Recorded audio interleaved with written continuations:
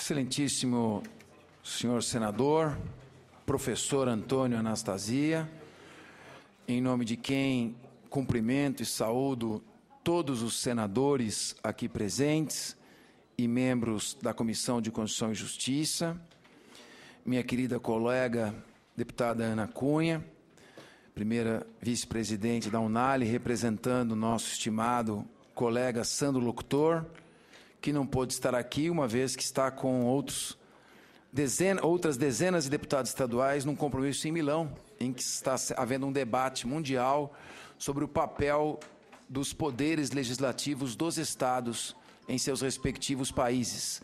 Por essa razão, aqui se faz representar com muita honra pela nossa deputada Ana Cunha.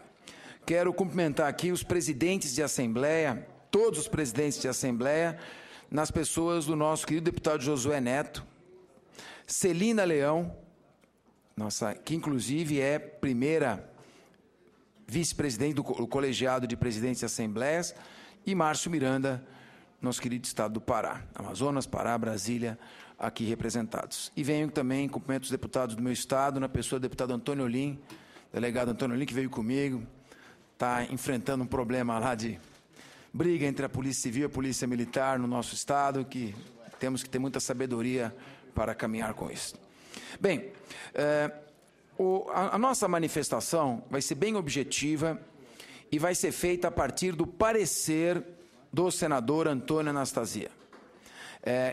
Como eu já havia tido a oportunidade de falar na semana passada, o parecer foi percussiente, lógico, preciso, substancioso e retirou alguns pontos que eram muito duvidosos na proposta original, que chegou aqui em 2012, subscrita por 15 assembleias legislativas. A primeira proposta de emenda constitucional após a Constituição Federal, subscrita por assembleias legislativas, nos termos da Constituição, por mais da metade das assembleias.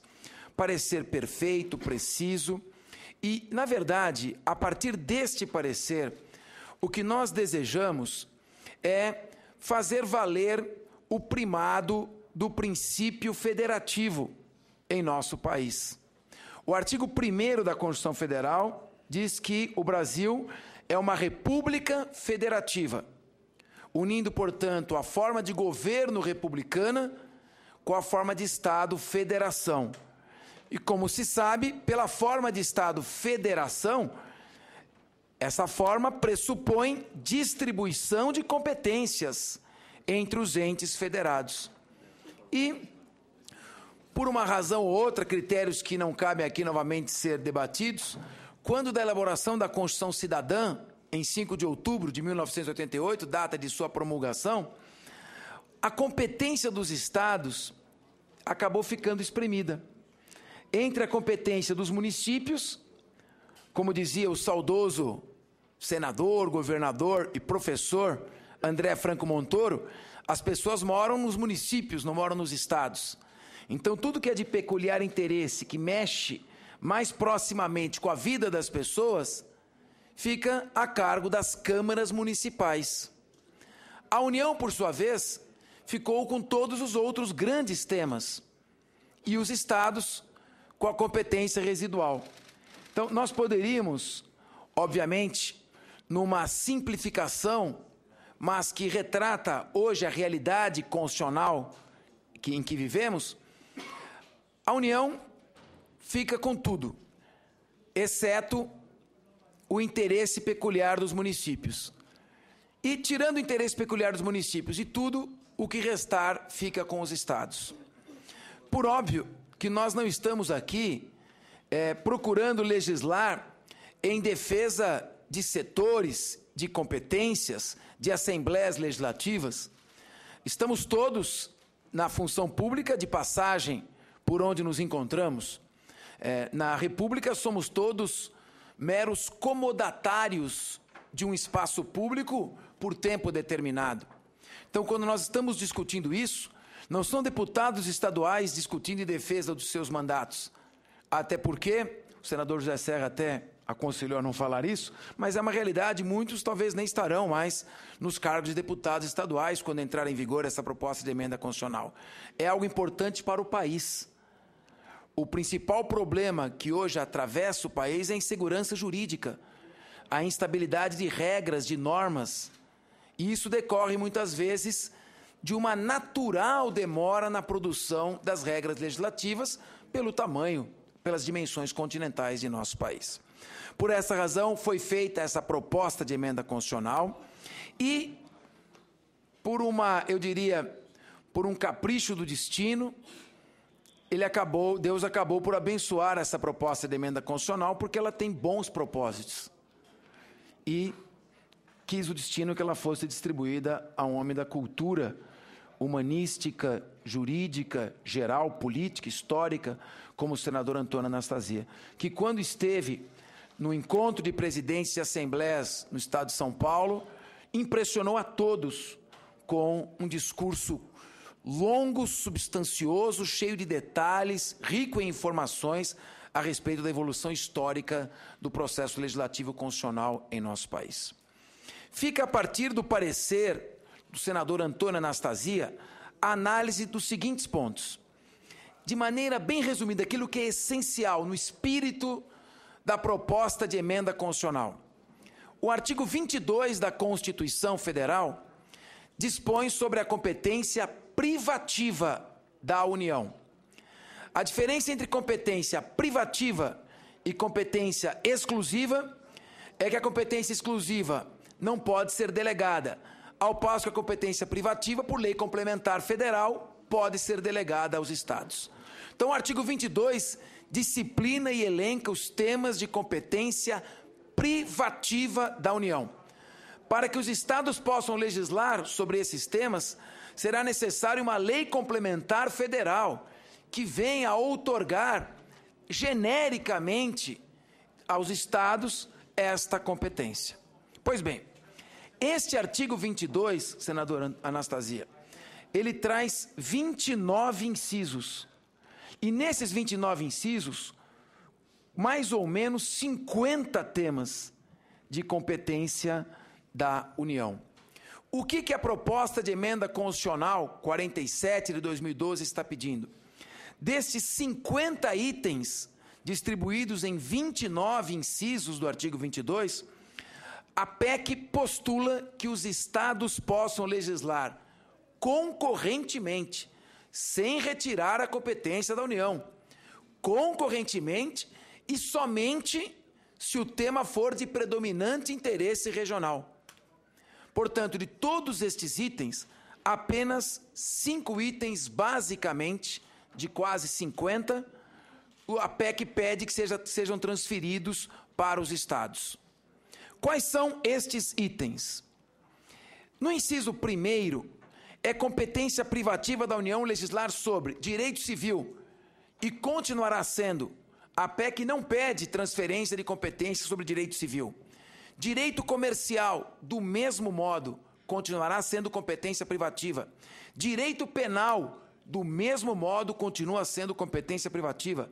Direito eleitoral, marítimo, aeronáutico, espacial e do trabalho, todos continuam competência privativa da União. Deste inciso 1, o que se pede é apenas a competência concorrente para legislar sobre direito processual e direito agrário. Uma observação: a Constituição em vigor já permite que os estados legislem sobre procedimento, mas não sobre processo. Agora, a diferença entre processo e procedimento, os juristas, os processualistas estão há mais de 50 anos, desde que Henrico Túlio Liebmann introduziu o processo no Brasil, estão discutindo o que é processo e o que é procedimento. Então, processo é sequência de atos processuais mais relação jurídica processual. É um conceito muito abstrato. Procedimento, a mera sequência de atos. Os estados podem legislar sobre procedimento. Mas, por exemplo, jamais se aceitou que um estado cuja a Constituição Federal autoriza legislar sobre procedimento, jamais se cogitou dele fazer alguma regra de natureza procedimental no inquérito policial, para agilizar a tramitação do inquérito de acordo com as peculiaridades regionais, de acordo com o volume de inquéritos, com o índice de criminalidade que afeta determinado estado. Claro que a realidade criminal no eixo Rio-São Paulo, o número de crimes, o tipo de crimes que são praticados, difere de outras regiões do estado. Há uma grande concentração de crimes, o que pode demandar uma disciplina específica sobre procedimento em inquérito policial. Nós temos, por exemplo, o estado do Mato Grosso do Sul, Rondônia, Roraima, Amazonas, Acre. Talvez uma tramitação mais rápida que recomende inquéritos que apurem danos ambientais, crimes contra o meio ambiente, já que lá se encontra a reserva ecológica, o patrimônio ecológico de todo o mundo.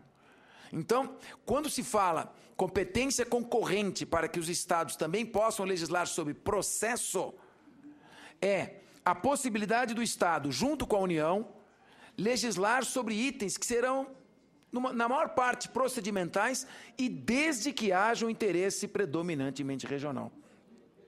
Nós estamos aqui tentando disciplinar, nós temos hoje o problema, o Senado, em boa hora, aprovou a proposta de emenda constitucional, incluindo como direito e garantia individual de todo cidadão o direito a um processo terminar num prazo razoável. Há estados em que, por exemplo, no estado de São Paulo, se leva 10, 12 anos para que um processo termine de ser julgado em segunda instância. Existem 24 milhões de processos, pessoas aguardando a solução de 24 milhões de processos, a um custo, senador, de 13 bilhões de reais por ano para manter a máquina de funcionamento do judiciário. Pois bem, dos 24 milhões de processos, 14 milhões são execuções fiscais. E execuções fiscais que poderiam não ser judicializadas. Nós poderíamos estabelecer um procedimento prévio de conciliação em que o Estado, o município e até a União, já que por lá tramita na Justiça Estadual execuções de débitos federais, que estabelecesse um procedimento prévio de convocação dos devedores, parcelamento dos débitos, protesto, para só então ingressar com a execução fiscal. Esse é um tema, é só um exemplo, não estamos debatendo sobre isso, mas se o Estado for mexer nesse tema, nós estamos tentando legislar, já surgem inúmeras dúvidas quanto à constitucionalidade, porque isso é procedimento ou isso já é processo? Então, nesse item 1, nesse item primeiro, a competência concorrente para os estados legislarem sobre direito processual e desde que seja desde que seja interesse predominantemente regional, seria o interesse da sociedade, da população que mora no país, no estado e nos municípios que integram esse estado. O segundo item do inciso 1º, são só 5. Direito agrário. As questões agrárias, normalmente, elas estão concentradas no âmbito do Estado. E o direito agrário, ele tem relação direta com o direito ambiental. Então, o direito ambiental, deputada Celina, a senhora que está fazendo uma revolução na Câmara Legislativa de Brasília, o direito ambiental é tema de competência concorrente, já é estabelecido pela Constituição.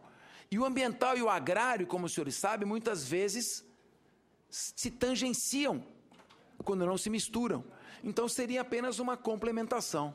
Como, aliás, ressaltou, repito, o primoroso parecer do senador Antônio Anastasia. Procurando avançar e sem abusar do tempo, já que o importante aqui é passar a mensagem, no inciso 11, trânsito e transporte, competência concorrente. Hoje o transporte na região metropolitana dos estados que congregam mais de um município, nobre senador, é um tema que não é mais do município, que as pessoas não moram mais em cidades. As pessoas moram hoje nas regiões metropolitanas com transporte coletivo integrado. O Estado poderia ter a condição de legislar sobre transporte e trânsito, tanto transporte quanto trânsito. Sempre competência concorrente desde que haja interesse predominantemente regional. E normas gerais de licitação. uma contratação que vai ser feita pelo Estado, enquanto pessoa jurídica de direito público, por uma sociedade de economia mista estadual, por uma empresa pública estadual, pelo princípio da federação, deveria ser regulada a partir de uma legislação própria dos estados. Tema que, aliás, não passou despercebido pelo preciso parecer do senador Antônio Anastasia, que retirou, repito, excessos que é forçoso reconhecer existiam na proposta original. Bom, eu tive o nosso querido professor, representante do Ministério da Justiça, eu tive o cuidado de conversar com o nosso ministro da Justiça, que é, além de ministro da Justiça, um emérito festejado administrativista. É um dos grandes professores de direito administrativo e um profundo conhecedor desta matéria. E o ministro se declarou, e não me pediu sigilo, porque tenho certeza que se declarou favorável, diz que para a federação é útil e é importante, e tenho certeza que, ao receber o voto do senador Anastasia, foi decisivo na formação deste conceito. E aí vem o artigo 24. Nós mexemos no 22, que trata da competência privativa da União, levando esses itens, 5 itens, para a competência concorrente, e mexemos no 24. Compete à União, aos Estados e ao Distrito Federal legislar concorrentemente sobre, ficaria então na proposta do senador Anastasia, matéria processual, onde diz no inciso 12, Previdência Social e Defesa da Saúde acrescentaria assistência social, normas gerais de licitação, trânsito, transporte e direito agrário. E a proposta, que é fantástica no parecer, define o que são normas gerais. Porque o que são normas gerais? Vai deixar para a doutrina nunca construir um conceito seguro sobre o que são normas gerais. Então, define aqui no parágrafo 2º do artigo 24, que normas gerais são aquelas que versam sobre princípios, diretrizes e institutos jurídicos.